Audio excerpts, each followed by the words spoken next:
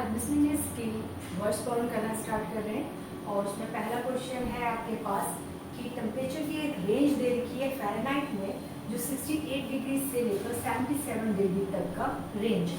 तो इतनी रेंज में टेम्परेचर दे रखा है बट फ़ारेनहाइट में दे रखा है। तो हमें पता है कि सेल्सियस में भी टेम्परेचर होता है, केल्विन में भी होता है और सबके रिलेशंस होते हैं आपस में, क्योंकि सब टेम्परेचर के ही मेजरमेंट यूनिट है।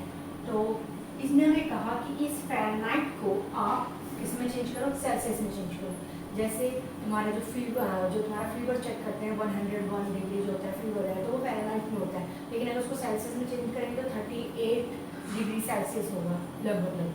तो ऐसे ही इसको चेंज करने को कहा है, इसे सेल्सियस में चेंज करने को कहा है। ये दे रखा था कि फ़ारेनहाइट इस रेंज से इस रेंज तक है, तो हमने कहा कि फ़ारेनहाइट इसका फार्मूला ये होता है।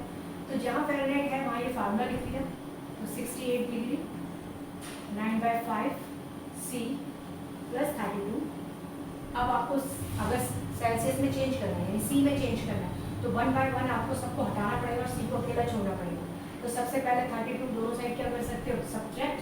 तो 68 - 32 डायरेक्ट भी कर सकते हो, 95C और ये हो गया आपके पास 77 - 32। इसमें से 32 माइनस किया 45 बच गया और यहाँ पर आया आपके पास, अभी तो ये 9/5 ही है, इसमें माइनस किया तो 6 और 36।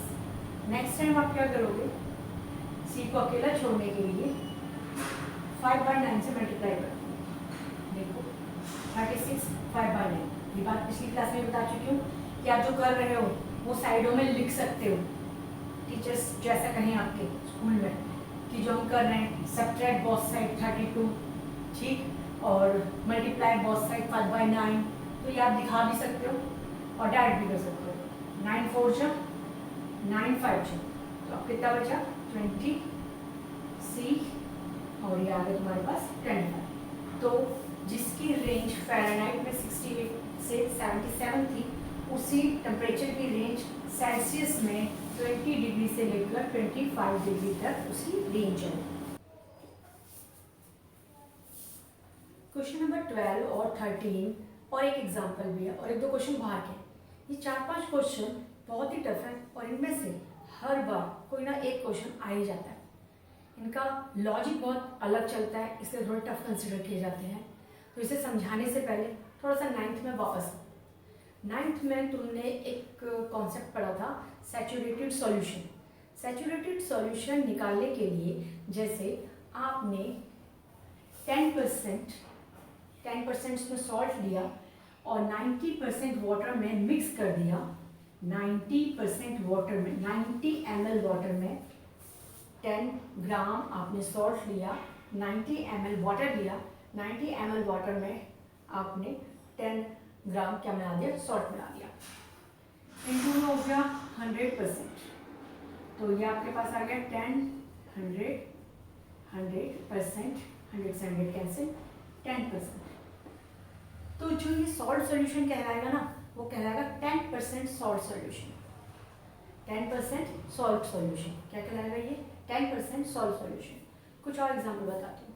जब आप वो पीते हो, कोल्ड ड्रिंक पीते हो या कफ सिरप पीते हो, उसमें लिखा होता है 5% अल्कोहल सॉल्यूशन, ऐसा लिखा होता है। इसका मतलब होता है कि 100 ml में से 5 ml अल्कोहल है इसमें, बाकी 95 कुछ भी हो सकता है, बाकी 95 कुछ भी हो सकता है। ये वर्ड्स इसमें यूज़ होने, क्वेश्चन भी अपने आप में समझने में टाइम लगेगा इसको, तो इसलिए पहले कॉन्सेप्ट समझ लो कि वो कह क्या रहा है।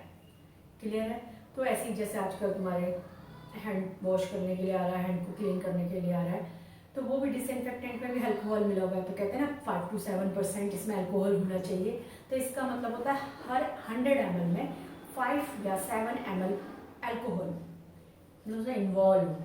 90 जैसे अभी हमने लिया 90 ml इसमें वाटर था, 10 ग्राम इसमें सॉल्ट था, तो ये कहलाया 10% सॉल्ट सॉल्यूशन। क्या वर्ड है इसका, 10% सॉल्ट सॉल्यूशन। सेम इस क्वेश्चन में पता है क्या दिया हुआ, चलो इस क्वेश्चन में क्या दिया हुआ उसके लिए एक और चीज करते हैं। जैसे आपको सपोज आपके पास 2 सॉल्यूशन है, एक में आपने बहुत चीनी डाल दी, मीठा हो गया, 4-5 चम्मच चीनी डाली थी, ज़्यादा ही मीठा हो गया, और एक और गिलास है उसमें 1 ही चम्मच चीनी है, वो कम मीठा है। तो आपने कहा चलो मिक्स कर देती हूँ, मिठास बराबर आ जाएगी, तो आपने उसे मिक्स कर दिया। तो आपने कंसनट्रेटेड, जो कंसनट्रेटेड था जिसमें मिठास ज़्यादा थी, कंसनट्रेटेड शुगर सॉल्यूशन में डाइल्यूट शुगर सॉल्यूशन डाल के मिक्स कर दिया।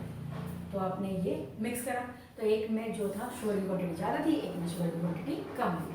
अब जो इस क्वेश्चन में रिलेटेड है, इसमें दोनों बातें मिक्स हो जाएंगी। आपसे कहा गया है 8% बोरिक एसिड सॉल्यूशन है आपके पास, 8% बोरिक एसिड सॉल्यूशन है आपके पास, ठीक है। 8% बोरिक सॉल्यूशन मतलब क्या हो गया कि 100 ml में 8 ml क्या है, बोरिक एसिड है, और 92 ml वाटर होगा। तो 8% बोरिक एसिड वाला सॉल्यूशन आपके पास 640 लीटर है। 640 लीटर आपके पास 8% वाला बोरिक एसिड है। आपने उसे डाइल्यूट करना है, डाइल्यूट करना है मतलब बोरिक एसिड का इफेक्ट कम करना है। तो आपने 2% वाला बोरिक एसिड का सॉल्यूशन लिया और उसमें मिक्स कर दिया। जैसे आपने ज़्यादा चीनी वाले में कम चीनी वाला क्या कर दिया, मिक्स कर दिया। तो वैसे ही आपने 8% बोरिक एसिड वाले सॉल्यूशन को डाइल्यूट करने के लिए 2% वाला बोरिक एसिड उसमें डाला। जो आपको रिजल्ट चाहिए, जैसे आपको जो मिठास चाहिए, तो वैसे ही उसको जो रिजल्ट चाहिए वो 4% वाले बोरिक एसिड से ज़्यादा और 6% बोरिक एसिड सॉल्यूशन से कम चाहिए। क्लियर हुआ? तो हमने माना, जो अब से पूछा क्या है, उसने पूछा उसने कितने लीटर डालना पड़ेगा उसे 2% बोरिक एसिड वाला सॉल्यूशन, 2% बोरिक एसिड वाला सॉल्यूशन। लैंग्वेज क्लियर हुई? तो अब हमने कहा लेट वो 2% बोरिक एसिड सॉल्यूशन जो डाले वो x लीटर डाले, तो पता नहीं ना कितने लीटर डाल के उसका बैलेंस आ जाएगा। तो उसने कहा कि चलो मानो x लीटर डाले। अब उसने जो मिक्सचर, अब मिक्सचर जो उसका पहले 640 लीटर तो था ही, 640 लीटर उसके पास तैयार था और उसमें वो x लीटर बाहर से डाल रहे हैं, तो इतना मिक्सचर हो गया। तो अब बीच में जो हमने लिखा 640 लीटर उसके पास 8% वाला था, परसेंट के लिए ऐसे लिखते हैं, 8% वाला उसके पास 640 लीटर था। अब जो 2% वाला है उसने वो x लीटर ऐड किया है, 2% वाला उसने x लीटर ऐड किया है। ये तो आगे बीच वाला, क्लियर? तो 640 लीटर 8% वाला है और 2% वाला उसने x लीटर्स में ऐड कर दिया। जो फाइनल रिजल्ट चाहिए वो 4% आना चाहिए। कितने परसेंट आना चाहिए? 4। तो 640 पहले था, x लीटर और ऐड कर दिया, मगर ये सॉल्यूशन जो तैयार होते आएगा वो सिर्फ 4% बोरिक एसिड सॉल्यूशन होना चाहिए, और ऐसे ही 6% से कम होना चाहिए। तो 6% से कम और 4% से ज़्यादा बोरिक एसिड सॉल्यूशन उसे चाहिए, इसलिए हमने ये ताम झाड़ा। क्वेश्चन करने में देर नहीं लगने वाली, क्वेश्चन समझने में देर लगने वाली है, तो अच्छे से समझ में आ गई। अब क्वेश्चन करते हैं स्टार्ट। अब मुझे किसी न किसी तरह x की वैल्यू चाहिए। अब मेरे पास x यहाँ भी है, यहाँ भी है, यहाँ भी है, अब x 3 जगह हो गया। तो 3 जगह हो गया तो हम इसे एक ही बार में सॉल्व नहीं कर सकते, तो मुझे क्या करना पड़ेगा, 2 पार्ट करने पड़ेंगे। एक बार इन दोनों को लेके, एक बार इन दोनों को लेके सॉल्व करना पड़ेगा। 100 तो मैं एक बार में ही पूरी लाइन में है, कॉमन लेके खत्म हो गया, सोच लो। एक बार जरूर लिखना पड़ेगा क्योंकि ये मेन लाइन है। तो उसके बाद आपने पहले इसको सॉल्व किया, और इसको सॉल्व करने की भी ट्रिक्स होती हैं कि हम इतनी बड़ी बड़ी मल्टीप्लाई नहीं करते, बचते हैं उससे। तो 6 × 640 प्लस में 6x, 100 पूरी लाइन में से कॉमन आ चुकी। अब मुझे x की वैल्यू चाहिए, तो मैं 2x यहाँ पहुँचा दूँ, तो ये हो जाएगा 4x। ये है 8 टाइम 640, ये है 6 टाइम 640, ये यहाँ आ गया तो माइनस हो गया, तो कितना बचा, 2 टाइम 640। क्लियर है सबको? इसमें 8 टाइम थे ये 640, इसमें 6 टाइम थे, तो ये यहाँ आएगा तो माइनस हो जाएगा 2 टाइम 640। अब आपके पास x को आप अकेला छोड़ सकते हो, तो 2 640/4 कट गया 320, तो आपके पास आ गया 340 लीटर से तो कम कम डालना। एक के साथ क्या कहा उसने, 340 लीटर से कम डालना है 2% बोरिक एसिड, कितना, 320 लीटर से कम डालना है। चलो सेकंड साइड भी सॉल्व करते हैं, और सेम ऐसे ही अब इन दोनों को एक साथ सॉल्व कर रहे हैं। 100 तो इग्नोर हो गया, तो 4 × 640 प्लस 4x और 640 × 8 प्लस में 2x, ये 2x इधर आ जाएगा तो बचेगा कितना, 2x। ये 8 है और ये 4 है, तो माइनस हो गया, तो 640 मल्टीप्लाई क्या आ गया, 4x आ गया आपका 640, 4 कट के 2 यानी कि 1280, 1280, तो 1280 से कम और 320 से क्या ज़्यादा। क्लियर? तो हमें 320 से ज़्यादा और 1280 लीटर से कम 2% वाला solution, boric acid solution mix करना है इसकी कंसंट्रेशन को कम करने के लिए। अच्छे से समझ में आया? हमें जो 8% कंसंट्रेशन वाला बोरिक एसिड था उसकी कंसंट्रेशन को कम करने के लिए 2% वाला बोरिक एसिड कितना डालें ताकि जो फाइनल रिजल्ट आए वो 4% और 6% वाला आए, ये उसने हमसे कहा था। तो हमने कहा अगर वो 320 लीटर 2% वाला बोरिक एसिड से ज़्यादा डाले और 1280 लीटर से कम डालेगा तो उसका काम बन जाए। ये बिल्कुल वैसा ही क्वेश्चन है जैसे अभी हमने किया, लेकिन ये एनसीईआरटी का एग्जाम्पल है और समझने के लिए ज़रूरी है क्योंकि अभी आपको अच्छे से समझ में नहीं आया होगा, आई नो। लेकिन अब देखिए इसमें क्या दिया। इसमें आपको दिया 600 लीटर सॉल्यूशन आपके पास है और वो सिर्फ 12% वाला है। आपके पास 600 लीटर सॉल्यूशन है जिसमें 12% एसिड वाला सॉल्यूशन है। 12% एसिड वाला सॉल्यूशन समझ में आ गया? यानी कि अगर 100 ml लें तो उसमें से 12 ml जो होगा वो एसिड होगा और बाकी जो 88 ml है वो क्या होगा? आपका वाटर होगा। इसका मतलब ये होगा तो 600 लीटर उसके पास 12% एसिड सॉल्यूशन है। उसे और कंसंट्रेटेड बनाना है। क्या करना है? उसे और कंसंट्रेटेड बनाना है। इसके लिए वो उसमें 30% वाला एसिड डालना है। तो कितने लीटर बनाए कि जो उसका फाइनल आए वो 15% से ज़्यादा इफेक्ट रखे एसिड का और 18% से कम इफेक्ट रखे एसिड का। तो ये क्वेश्चन है। तो इस बार हमने लिया let x litre of 30% acid solution is required to be added. तो 30% वाला सॉल्यूशन x लीटर डालना जरूरी है डाइल्यूट करने के लिए। इस बार तो कंसंट्रेटेड करने के लिए। इस बार हम कंसंट्रेटेड कर रहे हैं क्योंकि अभी वो 12% वाला ही है, हम उसमें 30% वाला मिला रहे हैं। ठीक है, तो हम उसे कंसंट्रेटेड कर रहे हैं। तो let x litre of 30% acid solution is required to be added, then total mixture कितना हो जाएगा? पहले से 600 लीटर था, अब कितना हो गया? x लीटर उसमें और ऐड हो गया, तो अब इतने लीटर हो जाएगा। तो अब बीच वाले को देखो, पहले हम पे ये था 12% वाला सॉल्यूशन 600 था, 12% वाला सॉल्यूशन 600 लीटर था। 30% वाला सॉल्यूशन हमने x लीटर ऐड कर दिया। 30% वाला सॉल्यूशन कितने लीटर ऐड कर दिया? x litre. रिजल्ट क्या आना चाहिए? रिजल्ट आना चाहिए जो हमारे पास है वो 18% एसिड वाला हो और यहाँ 15% एसिड वाला हो। एक बार फिर दो पार्ट्स में डिवाइड कर देंगे, एक बार यहाँ सॉल्व कर देंगे, एक बार यहाँ, क्योंकि दोनों तरफ x होते हैं तो एक साथ सॉल्व नहीं हो सकते। पूरी लाइन में से 1 से टाइम 100 क्या हो गया? इग्नोर। तो ये हो गया 12 600 30x और ये हो गया 18 मल्टीप्लाई 600 प्लस में 18x। ये 18 यहाँ आके माइनस हो जाएगा तो कितना बचेगा? 12x। इसमें 18 600 है, फिर 12 600 है, तो कितने 600 बचे? 6 600 बचे। कैंसिल कर दो, x हो गया 6 600 बाय 12 2 और 300, यानी 300 ml से कम चाहिए। अब इधर की तरफ देखते हैं। तो पहले आपके पास है 15 इंटू 600, फिर 15 को x से करोगे तो 15x, यहाँ आ गया 12 600, फिर प्लस में 30x। 15 को उधर जाना पड़ेगा, माइनस होके बचा 15x और ये 12 600 है, ये 15 600 है। कितने 600 बचे? 3 600 बच गए। x को यहीं छोड़ो, 600 बाय 15 पहले तो इससे काट लो, चलो 5 आ गया, 5 1 2 0 120।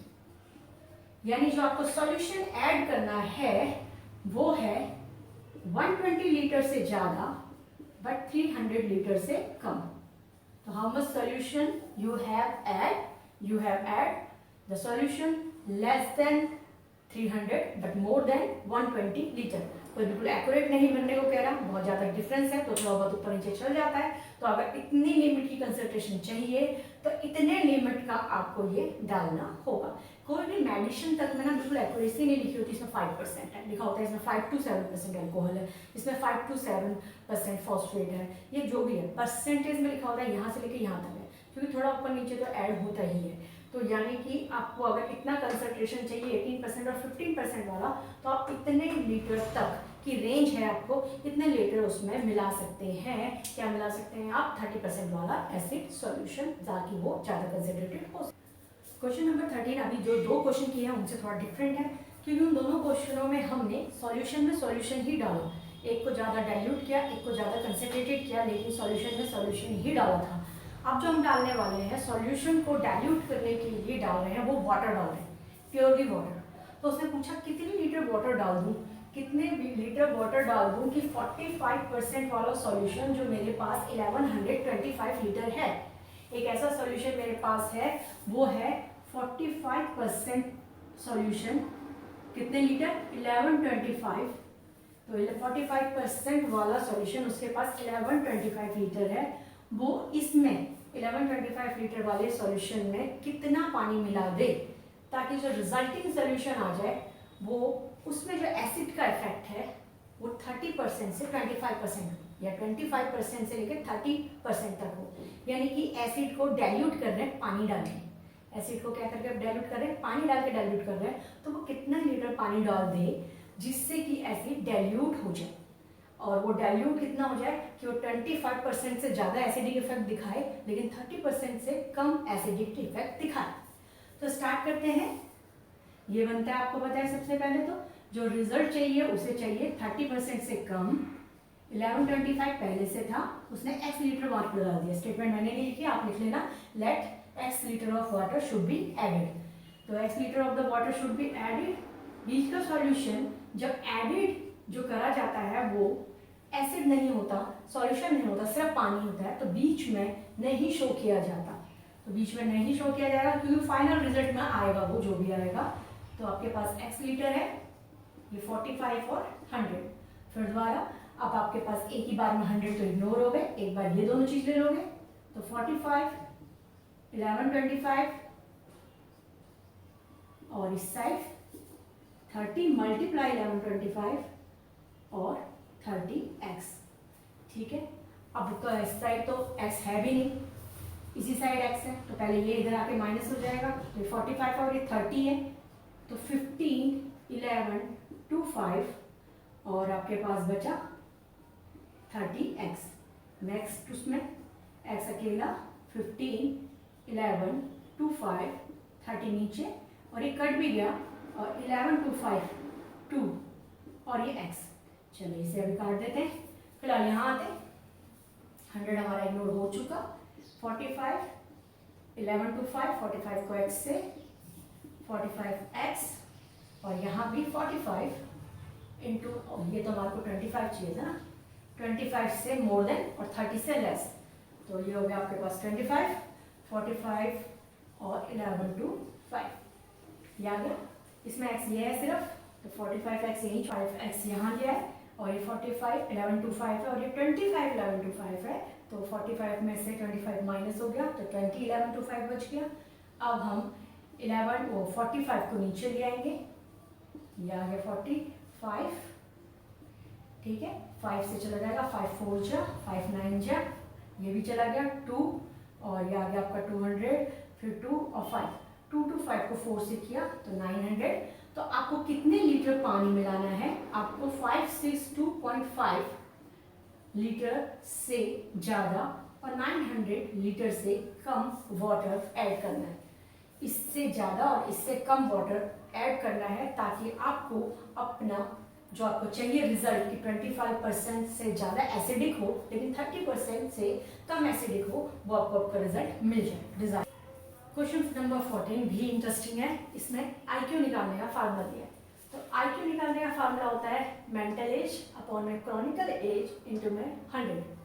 सबका एज के हिसाब से उनका मेंटल एज नहीं होता, इसीलिए IQ निकाला जाता है कि इतनी इसकी एज है तो इसके हिसाब से इसका मेंटल एज क्या होना चाहिए। कई बार देखा है ना, बहुत छोटे बच्चे बहुत सिंसियर होते हैं, बहुत उनका IQ तेज होता है, कई बार होते हैं बहुत बड़े बड़े भी हो जाते हैं, लेकिन IQ नाम की चीज़ नहीं, उनकी मेंटल एज नहीं ग्रोथ कर, मेंटल एज इतनी अच्छी नहीं होती, उम्र में बढ़ जाते हैं। तो क्रॉनिकल एज वो एज है जो तुम ईयर्स में अपनी बढ़ा रहे हो, जैसे तुम 15 साल के हो, 16 साल के हो, और मेंटल एज है तुम्हारा दिमाग कितना डेवलप हुआ है, और आईक्यू निकालते हैं उसी बिहाफ में। तो आईक्यू का फार्मूला दिया है, आईक्यू इक्वल होता है मेंटल एज अपॉन में क्रॉनिकल एज इनटू में 100।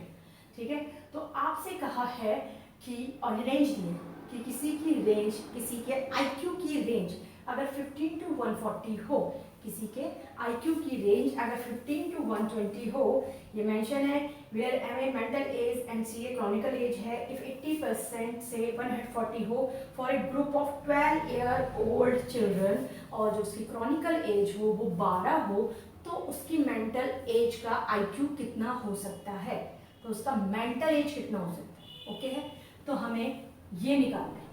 सीए हमें दिए रखा है क्रॉनिकल एज 12 साल वाले बच्चे की है, और आईक्यू की रेंज हमें दे रखी है 80 to 140 है। तो हमने सबसे पहले क्या करना है, आईक्यू का फॉर्मूला लग देना है। ये हो गया एमए क्रॉनिकल एज 12 दे रखी थी, तो हमने वो लगा ली। ये आ गया आपके पास 140 और ये आ गया आपके पास 80। अब मुझे इस एमए को अकेला छोड़ना है, तो सिंपल सी बात है, अगर मैं 12 into 100 कर दूँ दोनों साइड, तो यहाँ भी एक ही आ जाएगा 12 into 100, 140 है 12 into 100, यहाँ से 12 से 12, 100 से 100, तो मुझे मेंटल एज ही चाहिए थी, और मेंटल एज अकेले आ गई। 1 0 से 1 0 कैंसिल हो गई, पॉइंट में आएंगे आंसर दोनों के दोनों। अब ये आ गए तुम पे 12 4 जा 48, 4 कैरी 12 168, 10 है नीचे तो पॉइंट आ गए 16.8। सेम हियर 1 0 से 1 0 कैंसिल, 12 8 जा 96 और 9.6। तो उस बंदे की जो मेंटल एज होगी 12 साल के बच्चे की मेंटल एज का जो होगा वो रेंज होगा 9.6 से लेकर 16.8। तो 12 साल के बच्चों का मेंटल एज इतना हो सकता है, मतलब हर बच्चे का मेंटल एज उसकी एज के हिसाब से बिल्कुल एक्यूरेट नहीं होता। तो कई बच्चे 12 साल में ही इतना मेंटल एज रखते हैं कि 16.8 उनका मेंटल एज है, और कई बच्चे 12 साल में सिर्फ इतना ही रखते हैं। तो इसके बीच की रेंज का उनका मेंटल एज होता है, चाहे वो सब 12 साल के, एक साथ 12 साल के 25 बच्चे बैठे हैं, लेकिन उनकी मेंटल एज अलग अलग हो सकती है। क्रॉनिकल एज तो किसी की डिफरेंट हो ही नहीं सकती, क्योंकि हमने 12 साल के बच्चों का ग्रुप लगाया, बैठाया और उसकी मेंटल एज चेक करी, तो 9.6 से लेकर 16.8 तक की वैरायटी में बच्चों का एज हो सकता है। तो आईक्यू चेक करने का आपको मिल गया, अपनी एज का आप चेक करो, तुम्हारी एज के बच्चों की कितनी मेंटल एज होनी चाहिए, लेकिन तुम्हें उसके लिए आईक्यू पता होना चाहिए कि 15 ईयर्स के बच्चों का आईक्यू रेंज क्या है, तो वो आप नेट पे चेक करो।